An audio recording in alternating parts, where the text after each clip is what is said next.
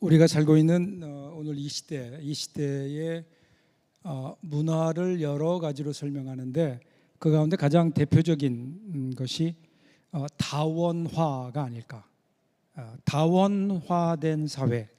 이게 무슨 말일까요? 다원화라는 말을 쉽게 얘기하면요, 사람들의 사는 모습이 다양해진 거예요.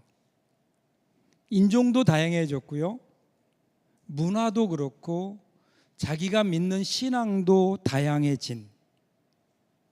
그러니까 그럼에도 불구하고 그런 다양함 가운데 어떻게 더불어 살아갈 수 있겠느냐, 이렇게 다원화된 사회에서 그러다 보니까 가장 먼저 나타나는 현상이요, 그 어느 것도 절대적으로 인정하지 않는 겁니다. 그러니까 절대적 가치가 상실되어 버리는 거예요. 그래서 현대인들은 동질화보다는 차별화에서 자신의 정체성을 찾으려고 하죠. 그러면서 이 다양화를 위한 다양성의 공간을 확보하려고 합니다. 이 문화 자체가 그래요. 이런 다원화된 사회 속에서 이제 문제는 우리 그리스도인들이에요. 우리 그리스도인들은 과연 어떻게 살아가야 될 것인가? 우리가 혼란스러울 수밖에 없는 이유가 있죠. 그것은 우리가 믿는 하나님, 우리가 믿는 신앙, 그리고 우리가 분명하게 믿고 있는 복음은 결코 양보할 수 없는 절대적인 진리 위에 근거하기 때문에 그렇습니다. 그래서 우리가 어떻게 살아야 하는지 참 혼란스러울 때가 많아요. 요즘에 이 사회에 진행되는 방향을 보면 어떤 기준이 무너져 내리는 느낌을 지울 수가 없어요. 이 시대에 나타나는 혹은 되어지는 모든 기준들, 새로운 기준들을 보면 사회적 협의라는 것에 방점이 찍혀져 있습니다. 일단은 여론이 모이죠. 여론이 모이게 되면 그 다음에 거기에 사회적 협의가 이루어지게 되고, 협의가 이루어지게 되면 거기에 새로운 기준들이 나타나요. 자, 문제는요, 이러한 사회적 합의를 이루는데 여기에는 얼마든지 비도덕적인 기준들이 형성될 수 있다는 위험이 있어요. 그죠? 그래서 혼란스러워요.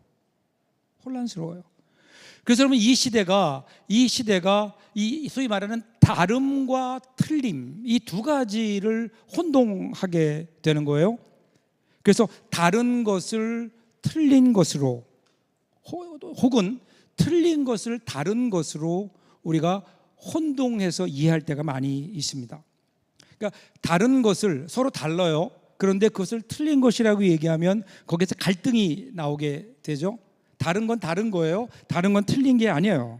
자, 그런데 반대로 분명하게 잘못된 거예요. 틀린 거예요. 그럼에도 불구하고 그것을 그냥 다르다고 그렇게 우리들이 받아들이면, 그러면 거기에서 나타나는 결과는 더 심각하죠.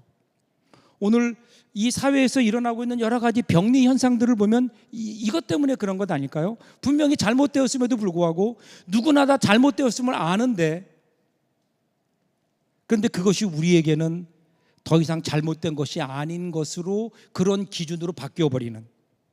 예를 들면요, 그 간통죄 그런 거 아닐까요? 간음죄.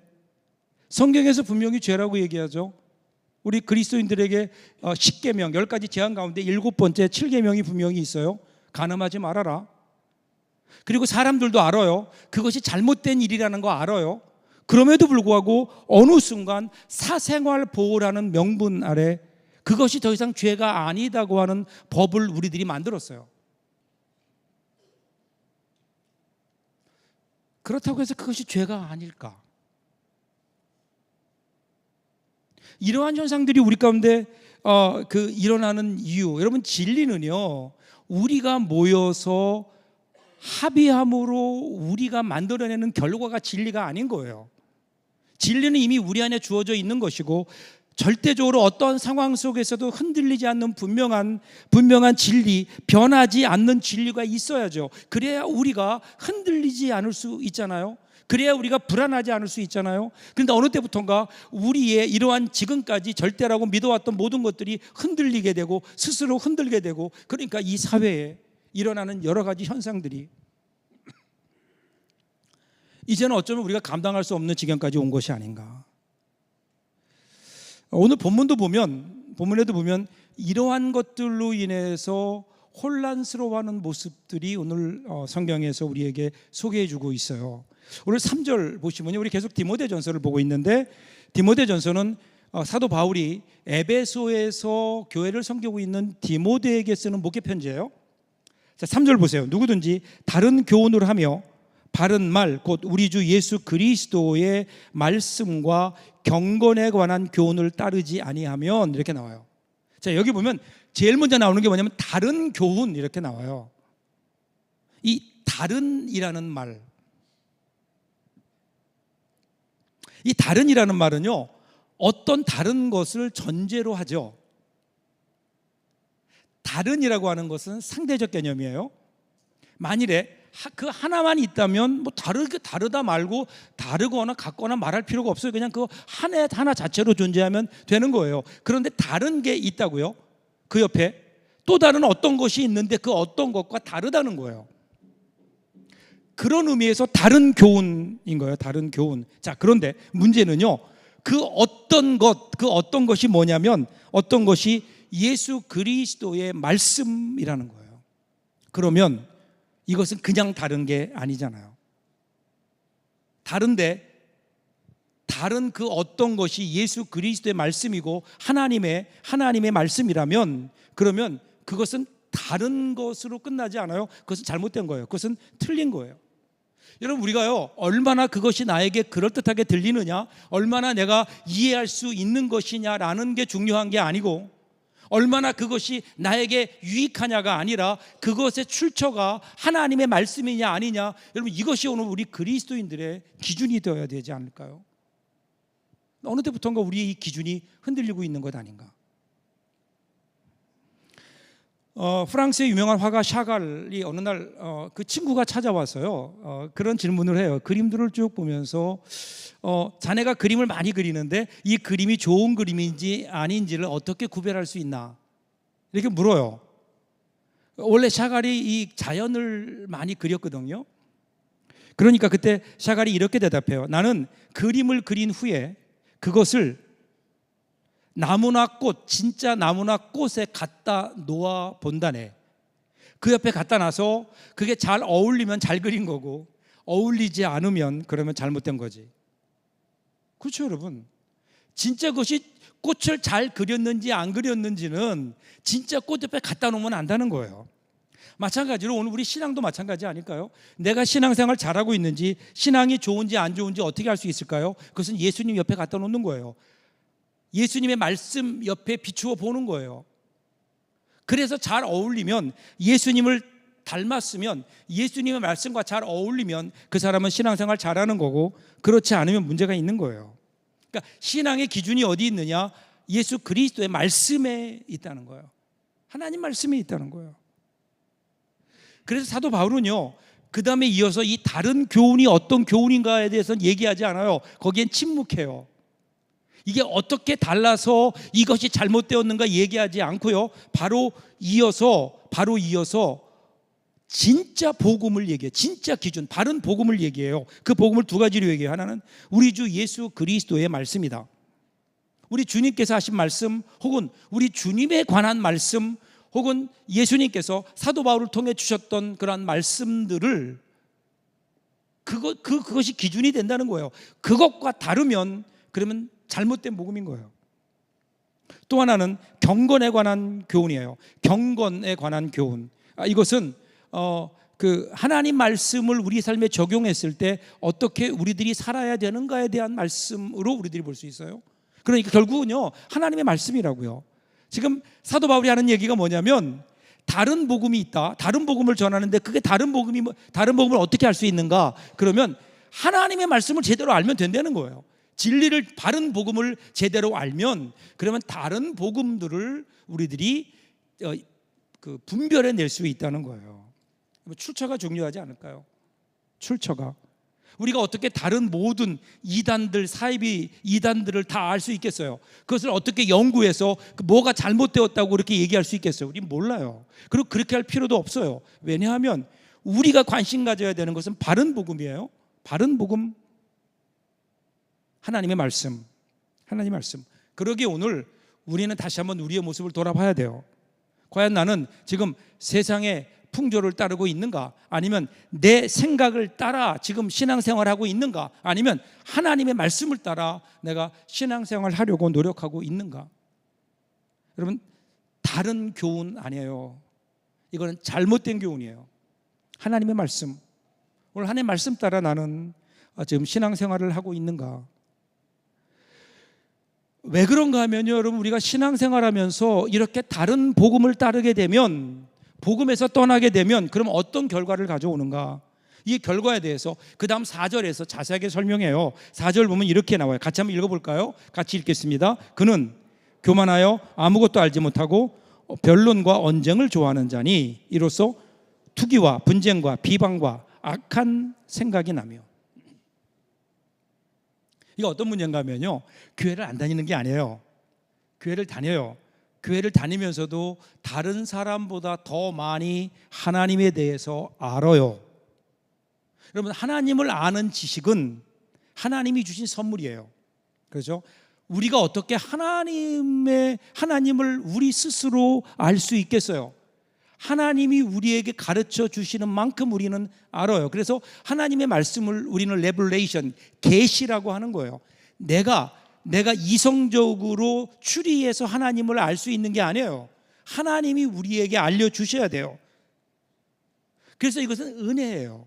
근데 때로 하나님께서 어떤 사람에게는 특별히 더 많은 하나님의 은혜를 주실 때도 있잖아요. 더 많은 지식을 주시고 더 많은 경험을 하나님이 주실 때도 있어요. 그러면 그 사람은 하나님에 대해서 다른 사람들보다 상대적으로 더 많은 지식을 가질 수 있고, 그리고 더 많은 경험을 가질 수 있어요. 그래서 남들이 볼 때는 하나님을 더 많이 알고 하나님과 더 가까운 것처럼 보여요. 자, 그런데 문제는 이 사람이 하나님이 주신 그 은혜만 바라보고 은혜만 집중하고 그 은혜를 주신 하나님을 잊어버리면 그럼 뭐만 남을까요? 그럼 하나님이 주신 것만 남아요. 그러면 어떤 현상이 일어날까요? 하나님이 이것을 주신 이유, 하나님의 은혜로 이것을 주셨는데 하나님의 은혜를 잊어버리니까 하나님이 주신 선물, 지식과 경험만 남는데, 그렇게 되면 이제는 그것이 자기의 것이 돼버려요. 자기의 자랑이 돼버려요. 하나님을 잊어버리니까 그 지식이 자기 것이 되어버려요. 그러니까 하나님을 잃어버린, 하나님의 은혜를 잃어버린 사람들, 크리스찬, 하나님의 은혜를 기억하지 못하는 사람, 그 사람은 뭐죠? 아무것도 알지 못하는 거예요. 그가 비록 지금 어떤 그 성경적인 지식이 있고, 그리고 어떤 자기가 가지고 있는 어떤 성경적인 신앙적인 경험이 있다 하더라도 하나님의 은혜를 잃어버리게 되면 그러면 그는 아무것도 알지 못하는 거예요. 결국 그것이 자기의 자랑이 되고 자기의 의가 되어버리니까 그 다음에 나오는 건 뭐예요? 변론과 언쟁이에요. 변론과 언쟁. 그러니까 다른 사람과 비교하면서 매일 싸우고 언쟁만 벌이는 거예요. 그리고 나서 투기와 분쟁과 비방과 악한 생각이 그를 지배한다. 이것이 오늘 사도 바울의 진단이에요. 여러분, 이것이요, 예수 믿지 않는 사람들이 아니에요. 예수 믿는 사람들인데 하나님의 은혜를 잃어버린 오늘 이 시대의 교회 안에 있는 사람들에 대한 경고이기도 한 거예요. 여러분, 하나님의 은혜, 여러분 기억하시나요? 하나님의 은혜. 오늘 나의 나된 것은 하나님의 은혜라고 사도 바울이 분명히 이야기했는데, 근데 어느 때부턴가 우리가 이 하나님의 은혜를 잊어버리고 하나님의 은혜를 떠나 있다고 하면 오늘 우리의 모습은 어떤 모습이라고요? 아무것도 알지 못하고 교만해서 싸우고 불평하고 원망하는 것밖에 우리에게 남지 않는다고요. 그래서 여러분, 하나님의 은혜를 잃어버린 사람들이 모인 교회, 그 교회는 뭐가 있을까요? 매일 싸워요. 신문이나 아니면 주위의 소문을 들으면 교회가 왜 싸울까? 간단해요. 하나님의 은혜를 잃어버린 거예요. 하나님의 은혜를 떠나서 자기 의를 내세우기 시작하는 거예요. 우리가 오늘 구원받았잖아요. 우리가 구원받은 게 어떻게 구원받게 됐죠? 하나님의 은혜라고 그러잖아요. 하나님의 은혜라는 게 뭘까요? 내가 무엇을 해서 구원받은 게 아니라는 거예요. 내가 아직 죄인 되었을 때에 그리스도께서 나를 위해서 십자가에 죽으심으로 하나님께서 우리에 대한 하나님의 사랑을 확증하셨다 그랬어요. 이게 무슨 말이에요? 내가 죄인 되었다고요. 내가 뭔가 깨닫고 회개하고 내가 성인이 되었을 때, 내가 죄로부터 떠난 사람이 되었을 때, 그때 하나님께서 우리를 구원하신 게 아니에요. 여전히 우리는 죄 가운데 있었는데 하나님께서 우리를 하나님의 은혜로 구원하셨어요. 예수님께서 이 땅에 오셔서 십자가에 죽어주심으로 우리의 죄를 대속하셨다고요. 이게 은혜예요. 은혜는 원인이 나에게 있는 게 아니에요. 원인이 하나님께 있어요. 예수 그리스도의 십자가에 있다고요. 이것을 잃어버리고 자꾸만 우리는 우리의 원인을 나에게서 찾아요. 나의 의에서 찾아요. 나의 열심에서 찾으려고 해요. 내가 무언가를 하는 것으로부터, 내가 그러기에 무언가를 해야 내가 구원받을 수 있다고 하는 생각들이, 오늘 우리 이런 인본주의적인 생각들이 우리에게 있는 거 아닌가요? 아니잖아요. 우리가 구원받은 것은 철저하게 하나님의 은혜예요. 그래서 우리 신앙은 어디부터 시작해요? 하나님의 은혜로부터 시작해야 돼요. 하나님의 은혜. 그런데 이 하나님의 은혜를 우리들이 잊어버리게 되면 그 다음에 어떤 일이 일어날까요? 우리 가운데 교만해지고 변론과 언쟁이 일어나고 투기와 분쟁과 비방과 악한 생각들이 나는 거예요. 그뿐이 아니에요. 여기서 끝이 아니에요. 5절 보세요. 마음이 부패해지고 진리를 잃어버려 경건을 이익의 방도로 생각하는 자들의 다툼이 일어나느니라. 악한 생각들이 우리 가운데 들어차고 마음이 부패하게 되고, 그러면 진리가 설 자리가 없어지게 되니까 이젠 욕심만 남아요. 욕심만 남으니까 어떻게 해요? 신앙조차도, 신앙 자체가 목적이 아니고 하나님과의 만남이 목적이 아니라 무언가 내가 나의 이익을 얻기 위한 방편으로 신앙을 생각하게 된다는 거예요. 여기 나오는 경건이라는 말이요, 여러분, 이 경건을 이익의 방도로 생각한다는데, 경건이라고 하는 게 원래 경건과 가장 비슷한 말이 사실 성경에는 거룩이에요. 그런데 이 거룩이라는 말은 우리 인간에게 사용할 수 있는 말이 아니에요. 우리는 거룩하지 못해요. 이 거룩은 하나님의 속성이에요. 그래서 이 거룩이라는 말 대신에 사람들에게 쓰여질 때는 경건이라는 단어를 사용한 거예요. 경건. 그러니까 경건이 뭐죠? 거룩해지고자 하는 그러한 열망을 가지고 우리의 욕망과 행실을 절제함으로 하나님께 나아가는 과정, 그것을 경건이라고 얘기하는 거예요. 그러니까 오늘 우리가 신앙생활하는 거예요. 신앙생활하는 모든 과정을 그 자체가 목적이 아니고 그것이 우리의 수단이 되는, 무언가 내가 원하는 걸 얻기 위한 수단이 되어버리는. 여러분, 하나님은 우리를 한 번도 비즈니스의 대상으로 우리를 부르지 않으셨다고요. 우리를 교제의 대상으로 부르셨어요. 만일 여러분, 우리가 하나님과의 관계에서 하나님 자체, 하나님 그분이 목적이 아니라 내가 하나님을 믿음으로, 내가 하나님 앞에 어떤 신앙생활을 함으로 내가 무언가 다른 것을 얻기 위해서 하나님 앞에 나온다면, 여러분, 이거는요 교제가 아닌 거예요. 이것은 비즈니스예요. 여러분이 어떤 사람과 사귀는데, 두 사람이 어떤 교제를 하는데, 그런데 교제하는 이유가 그 사람이 좋고 그 사람이 사랑스럽고 그 사람 자체가 목적이 아니라 그 사람과 교제함으로 자기가 어떤 얻어낼 이익을 생각하고 있다면, 여러분, 이게 온전한 교제가 될까요? 이건 비즈니스예요. 하나님은 한 번도 우리를 비즈니스 파트너로 부르신 적이 없어요. 하나님은 우리를 교제의 파트너로 부르셨다고요. 함께 우리와 더불어 친교하시기 위해서, 교제하시기 위해서 하나님께서 우리를 부르셨어요. 오늘 혹시 우리가 이 하나님을 우리의 비즈니스 파트너로 생각하고 있는 것은 아닐까? 그러면 문제가 뭘까요? 오늘 내 안에 은혜를 우리들이 잃어버린 거예요. 은혜를 잃어버린 거예요. 나를 구원해 주신 하나님의 은혜를 우리들이 기억한다면. 그래서 6절 보세요. 사도 바울이 이렇게 얘기해요. 6절 같이 한번 읽을까요? 같이 읽겠습니다. 그러나 자족하는 마음이 있으면 경건은 큰 이익이 되느니라. 자족이라는 말이 나오는 거야. 자족. 이 자족이라는 이 단어를 헬라어로 보면요, 아우타루케이아스라는 말이에요. 이 말은 이 땅에서의 행복과 불행을 초월한 마음의 평정을 누리는 상태. 이게 원래 이상하게요, 어떤 단어를 정의하면 더 모르겠어요. 그렇죠? 자족 그랬는데 이 땅에서의 행복과 불행을 초월한 마음의 평강을 누리는 상태. 더 어렵죠. 그런데 이걸 쉽게 얘기하면 이런 거예요. 자신에게 주어진 것이 충분하다고 생각하는 마음이에요. 지금 나에게 주어진 것들이 있잖아요. 내가 살아가는 삶의 환경이 있잖아요. 이것이 나에게 충분하다라고 생각할 수 있는 마음. 그게 뭐예요? 그게 자족인 거예요. 자족. 이것이 가장 잘 나타나 있는 것이요, 잠언에 나와요. 잠언 30장 8절부터 9절에 보면 이렇게 나와요. 나를 가난하게도 마옵시고 부하게도 마옵시고 오직 필요한 양식으로 먹이시옵소서. 혹 내가 배불러서 하나님을 모른다, 여호와가 누구냐 할까 하오며, 혹 내가 가난하여 도둑질하고 내 하나님의 이름을 욕되게 할까 두려워함이나이다. 이게 자족인 거야. 이게 자족. 여러분, 예수 믿으면 다 부자 된다는 거 아니에요. 예수 믿는 게 뭐냐를 분명히 얘기해요.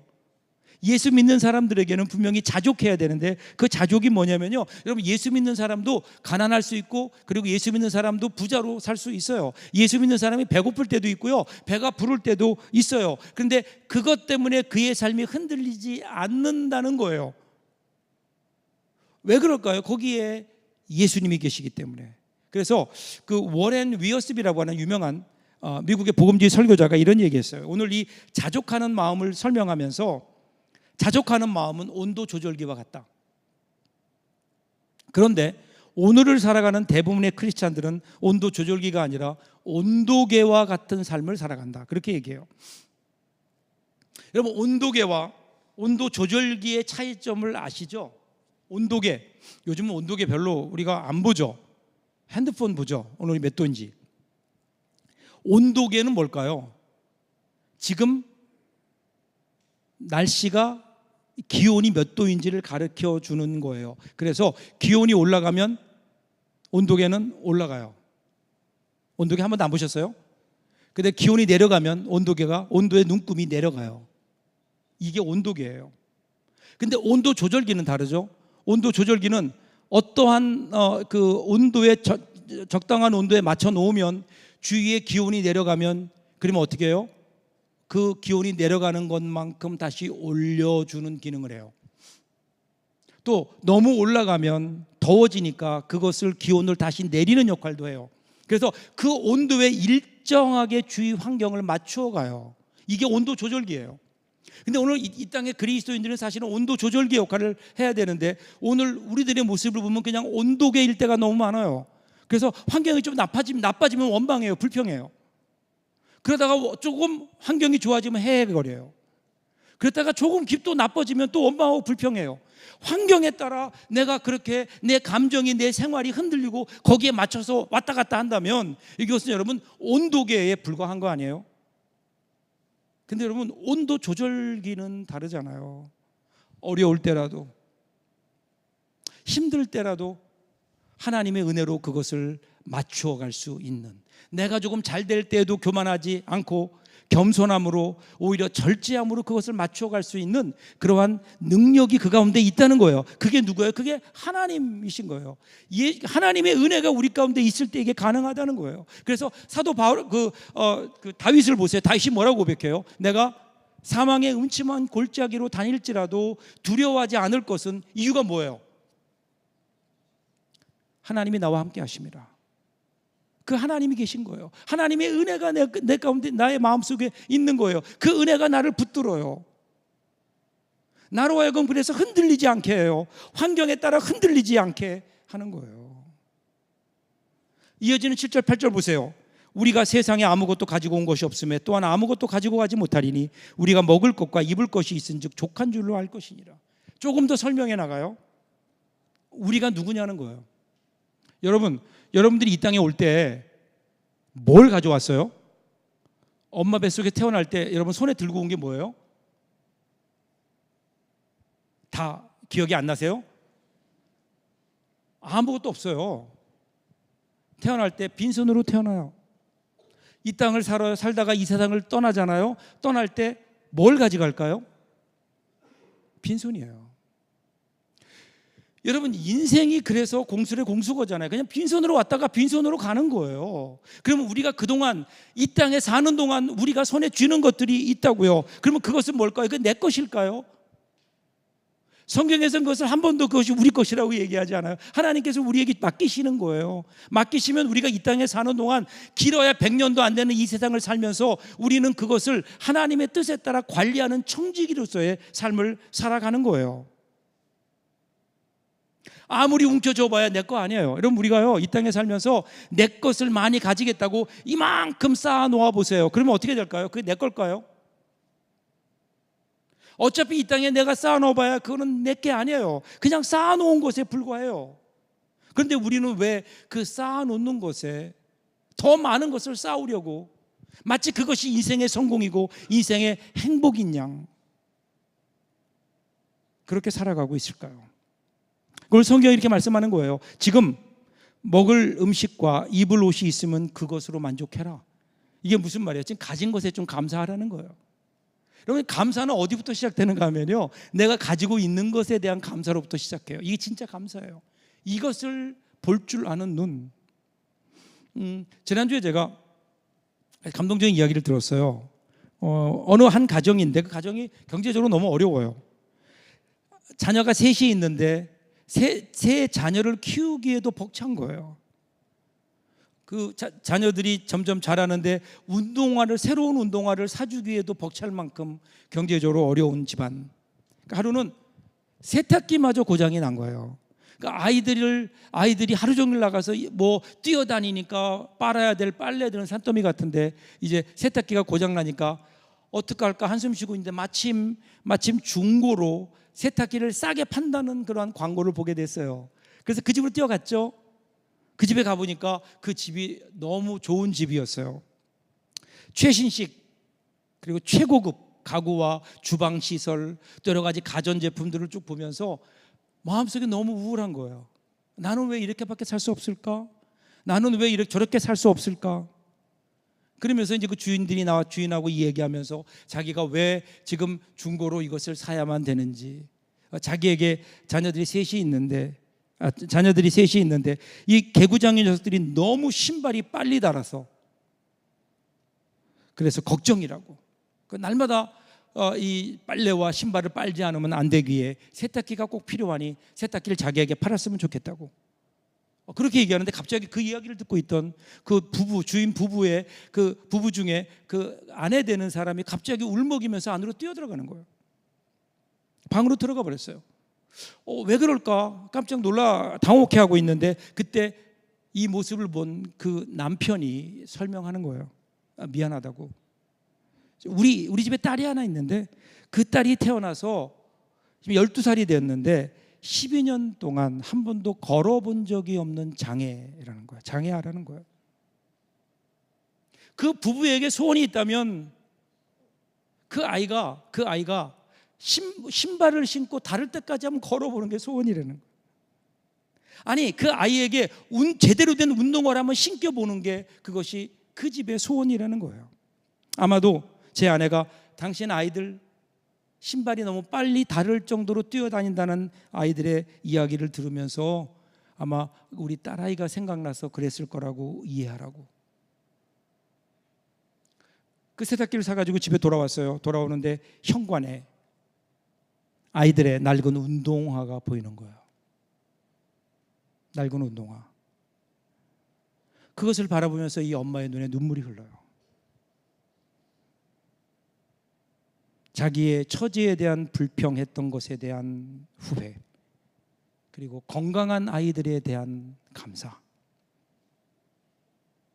여러분, 오늘 하나님께서 우리에게 주신 선물들을 좀 헤아려 보세요.